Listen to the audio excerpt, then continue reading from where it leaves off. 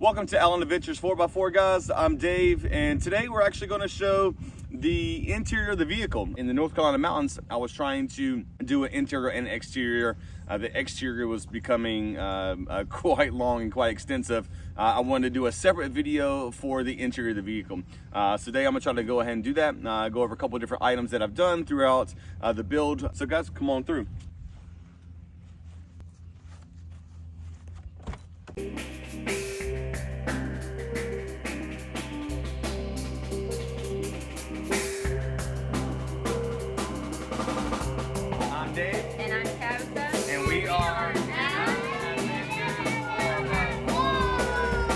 All right, guys, so coming inside, first thing I want to talk about is actually, and one of the first purchases that I did was the headliners. The headliners are the Mopar Headliners. With this build, it did not come with them. I believe some builds they actually build out with the Mopar Headliners. There is another brand that I was considering, but I ended up doing the Mopar. I got some pretty good reviews on the headliners and wanted the sound dampening. I'm a big audio guy. Music and audio are definitely high on my list of priorities for me personally. So I went on and did the headliners. I really wish I would have done that decibel reading from before and after with the volume on the inside. Just overall cutting down on the road noise, having a little bit bigger tires, of course, and mud terrain tires. But also just the quality of the sound from your speakers. Well, guys, coming through, I did the 67 designs. This is the 55 series rail mount, and I did add a couple extra arms on the rail mounts. Obviously I have my GoPro mount, the phone mounts, and over here this is the Midland holder, but this mount is actually from Jeep Unique. Really like this one, guys. That hold, obviously our walkie-talkies have two of these, so one can be in the front, one can be in the rear whenever they go to spot. With the Warn holder, that's over here and kind of out of the way, but obviously with the new Warn remote, it is obviously Bluetooth. It has two different settings where I can run two different sets of lights on the Warn, and we'll get another shot of that here in just momentarily. My iPad mount, this is 67 designs as well. Once we go around to the other side, I'll show you the CMM mount that comes out from here. Most of the time I run this on Gaia. I really like Gaia on this screen, and the main reason I like Gaia on this screen is while driving, I can just zoom in and out instantly and look and browse and do everything just kind of spot on. This screen, whenever I plug my phone in, can run Apple CarPlay and so forth. So I do like to do on the Stinger, this is the High 10. So I really like to run OnX on here. The High 10 is absolutely amazing. We do have a discount code for this. So if you are interested in maybe adding the High 10, highly recommend this, guys. I'll go through some features in just a moment, but I want to kind of give a brief overview of everything that we have. Now, so I'll run OnX on here, my Gaia on here, and then of course, whatever navigation app, maps or whatever to getting to the trail on here. A little bit lower, guys, I have the Midland. This is the MXT500. If I was gonna do it, I might as well wanted to go ahead and get what I thought was the most powerful comm radio. This is a GMRS radio. The only thing about this is traveling down the interstate and you have your music playing, windows down or doors off, it is kind of hard to hear that. So the only thing that I would maybe add is an external speaker up top so we can be able to hear a little bit more clearly through the MXT. Right beside that, I do have just a basic inverter. It's just a small one to run a couple USB cables and just a couple AC adapters. And with that, you can't run a lot off of this one, but I just wanted some basic things to really just to have some extra USBs and maybe something small, like another iPad or something other. It will not run certain things like a air mattress pump, but it will run other items and other things throughout camp that you would need. So I'm really glad that I have this here, and it just comes in handy. It fits in between the seats here, kind of out of the way. So I really like this. All right, guys, as I was just talking just a moment ago, this mount is the Carolina Metal Masters mount. This hooks directly into here. You can't add another one to here if you desire to put other things on, maybe to hang, groceries or so forth. You can't add one here, and which I might actually probably do that. These things really come in handy. And this is 67 Designs rod, and then this is the 67 Designs iPad mount, and then obviously the iPad slides in and out, but I tell you, off-road, this thing stays in place. I have had no problem whatsoever with this big of an iPad. Some use the iPad minis, but I really like to have the full base of the iPad just so I can zoom in and out and it's just for me, it's just easier to use. I want to talk a little bit about the speakers. I ran the Hertz Mille Pros. Down here I have the component speakers. So I have component with the tweeters up top, and in the rear, in the sound bar, I have the 6.5 Hertz Mille Pros, and these are the two-way speakers. Obviously I had to get new holders for those to go in the sound bars, and I actually powered all this with the JL Audio 1000 watts 5-channel amp. It's securely mounted and it's off the ground, of course. I do have two JL Audio TW3 10s in the back as well. I have that box mounted down, and so I have everything running off the JL Audio 1000 watt amp. And so I really like that combination. I was considering to do the front speakers off the head unit, because the head unit, the Heigh 10 does offer quite a bit of power, but I wanted just a little bit more clarity, and I figured the JL Audio 5-channel amp would be a great source to run everything off of. For the TW3 JL Audio 10s, I was able to find a box off of eBay for that. I had to do some slight modifications with the Jeep to be able to get that box in there to fit where I wanted it, and really appreciate good quality sound. And that was one of the main things that I first purchased to have inside the Gladiator. I started with the interior and then kind of moved to exterior. Going back to the Warren display, so you can see on this camera angle a little bit better, but I have this kind of on the way. This is easy to slip in and out, but I'm still able to see it from a sight line from the driver's perspective. So I want to be able to see everything. I can take that out, I can move it. The passenger can use that if I need to at the same time, but I feel like it works very well. Things are kind of decluttered in this area. And obviously in the wintertime, the goal is not to have your heat vents touching or blowing out so much hot air on your electronics. So I have these obviously facing down and kind of out of the way. The hotter these obviously electronics get, some things shut off and don't let you run certain things if they're so hot. And I do have a little bit of problem with that with the Stinger, the Heigh 10, and I'll go over that just here momentarily. And then guys, last thing I kind of want to point out is I have the switches down here that came in factory. I am really glad I have these. I have the KC lights up front. Really like the ease of accessibility to be able to have this control panel.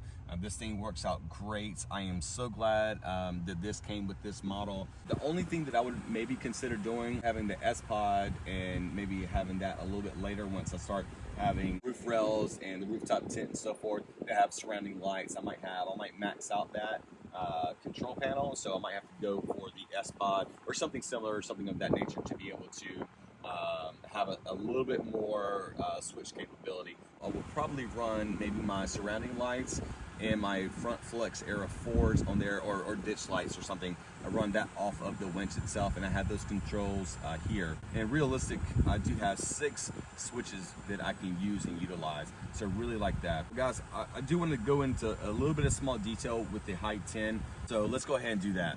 All right guys, so I want to spend a little bit of time talking about the Heigh 10. Absolutely love the product overall. There's a couple things that I do have inputs for, and things that I really appreciate, and things that I'm not so fond about. All right, so we'll start with the pros. Guys, Heigh 10, it takes up the entire dashboard. To have this big of a screen is amazing. I love this. You know, you can obviously hook your phone up to when you do Apple CarPlay. I'll switch to the bottom. So we have a couple different things here. Obviously, I did opt for the chip that has the navigation, and I also opted for the XM radio. So we do have those things already pre-installed. Okay, so with the navigation, you're out in the middle of nowhere, you have absolutely no signal, you can still get where you need to be with this setup, because this is not run on data. This is a built-in chip. Even if you have the WeBoost products and you have a cell booster, to be able to have your navigation even when there is absolute no signal, this is the way to go. And I'm glad that the Stinger Heigh 10 offers this, so you can be able to see where you're at all times, even if there's no signal.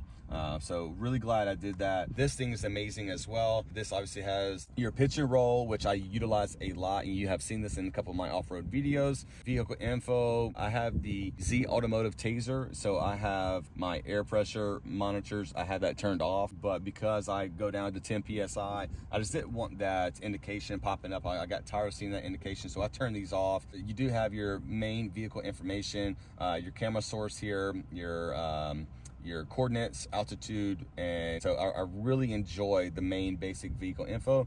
Gauges wise, this thing is fantastic as well, and you can change these. You just tap on it, and then whatever you leave it as, it saves that, and you can have your presets here. So whenever you come back up to this screen, all your presets are here. I really enjoy this. There's a couple ones that I absolutely love to have, and obviously mainly just to be able to see in real time is your battery voltage. I really like to have the battery voltage on here, especially when I'm running things off the DC charger that I have mounted in the back. So I like to have these up.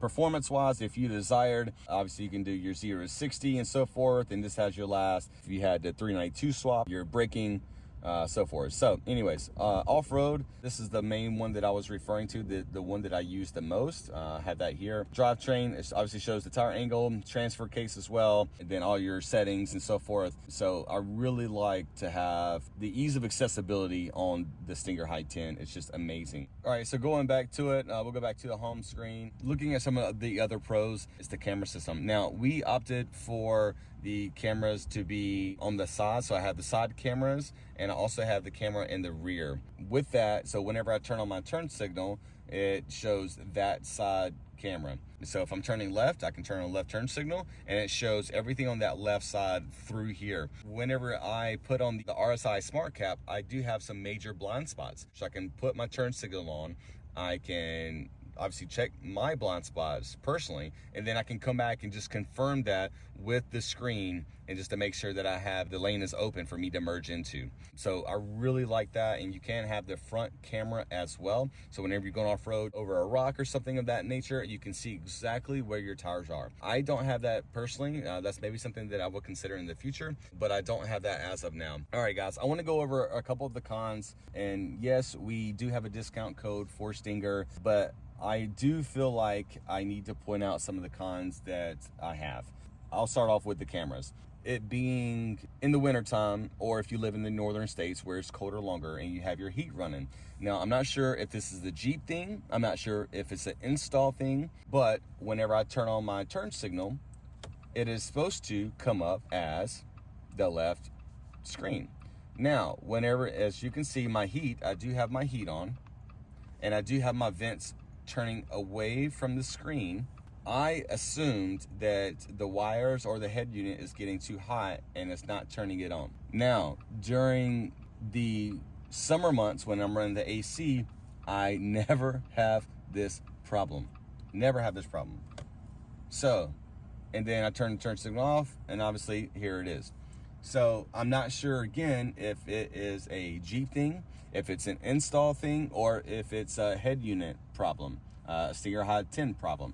I'm not sure, or a combination of multiple things. Other things that I wish that I had accessibility to is the HDMI source and the AV source. If it has these options, instead of having cables just maybe run from the back and through, I would love to see HDMI output straight directly into here or somewhere else that looks flush like this, and I can plug that in. And if we're stopped, and obviously if you're driving, you don't want to have that up for safety reasons. But if you are sitting somewhere still, and the kids maybe want to watch something, or you want to review a YouTube video or whatever have you, just to have that accessibility where you can run an HDMI output, also an AV output. So if there's things that you want to run, I can't use these unless I take the entire Heigh 10 out and then have those. Now, granted speaking, you can run those cables in the back and have them down low, and maybe that's just something that I'll look into later on. If you wanted to run a different display or run your USB, you have music on here, you can do that. Jeep obviously does have the USB connectors where you can do that. So everything else I absolutely love. There is those negatives that I wish that I could figure out, and if anybody has any advice into how to make that better or different, please let me know. Now, obviously, I maybe could do a reset to try to get those cameras back on, but that clears out all my settings that I have, and I really like the settings, especially audio. And I run through audio settings, and which I really love. These are some settings that I absolutely cannot go without. Your equalizer, the main thing that I use the most, and these are all presets. And I use this. I have this screen up probably 90% of the time whenever I'm traveling. I really appreciate good quality music, and this is one of the things that I utilize the absolute most. So with that said, you can adjust your crossover, your time correction. If you wanted a speaker to be closer than the other ones, you can adjust that as well. You can have the right front speaker, you can dial that in to have that one a little bit louder so you can hear that one a little bit better. Going back to the home screen. So there you have it for the most part. Obviously it is obviously the Android Auto is right beside the Apple CarPlay if you had an Android versus Apple. So everything's right there. It's touch and play. Whenever you plug into your phone, everything comes up as well. You're able to run, you know, your apps. I can run Gaia off of this if I desired to. The good thing about this is with having cameras, you don't have to buy an external source to be able to run your cameras. You buy the camera that's outfitted for your vehicle, and then for there, you can just go ahead and install it, and it automatically works. Everything is already built into the Heigh 10, so it's one source for everything, and you can run all 4 cameras. You can run your sides, your front, and your rear off of this one source. You don't have to have an external source to be able to run those things. So with that said, guys, going back to it all, I like a nice clean look. So whenever I'm driving, I have this mounted towards me. Now, whenever I do have a passenger in the car, I do like to maybe turn the iPad over, so I do have a navigator that can do everything for me. Well, guys, I think that about sums it up. The only last thing is I do have the WeatherTechs. I ended up opting for the WeatherTech floor mats. I do have those in the front and rear, and those things are fantastic. You can just take them out, spray them off. All right, guys, so I want to actually come on the outside of the vehicle to show the cameras that I have. It's a really easy install. Installs on the side. So again, whenever you have somebody on the side of you driving down the interstate, you can be able to see anybody of that nature. So all you have to do is hit your turn signal on, and this camera pops on, and you can obviously show that. Now, it also has the accessibility that if you're off-road and you need to see, you know, if you're backing up and you're backing up on that corner, you can turn the camera on without having to turn your turn signal on. Just go into your settings, hit the camera options, and be able to point this camera out, be able to see on that side. So if you're backing up, you can see anybody or any rock or obstacle that you need to avoid backing up or need to kind of go around and so forth. And it's a really low profile mount. I really like these. Again, the only thing that I have any kind of problem with is running the heat in the wintertime. And I need to maybe do a little bit of research, contact these guys to be able to see, hey, why am I having this error code coming up? But again, I want to be upfront about that because I want to produce content where I'm not showing something that's not happening. This is a problem for myself whenever I'm running the heat at a long period of time, and I want to be upfront about that as well. So that's the only thing that I have. Again, summer months are not running the heat. I don't have these problems.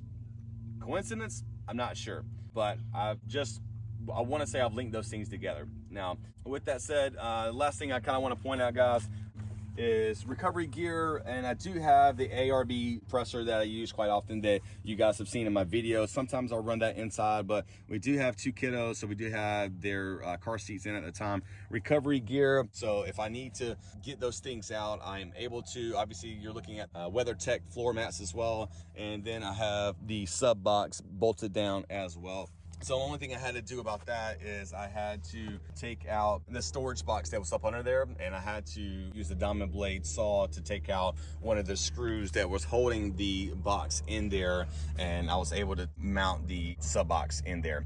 Now, I was thinking about doing the JL Audio, the stealth boxes, but I really like the TW3s versus the stealth boxes. I feel like the audio was a little bit better for the TW3s. That's why I opted for that and went that route. And I feel like the JL Audio, the 5-channel 1000 watt, is just awesome. I love JL Audio products. Glad I went that route. Well, guys, thank y'all for coming along this trip, and we'll look forward to seeing you in the next video, guys. Thanks. Cheers.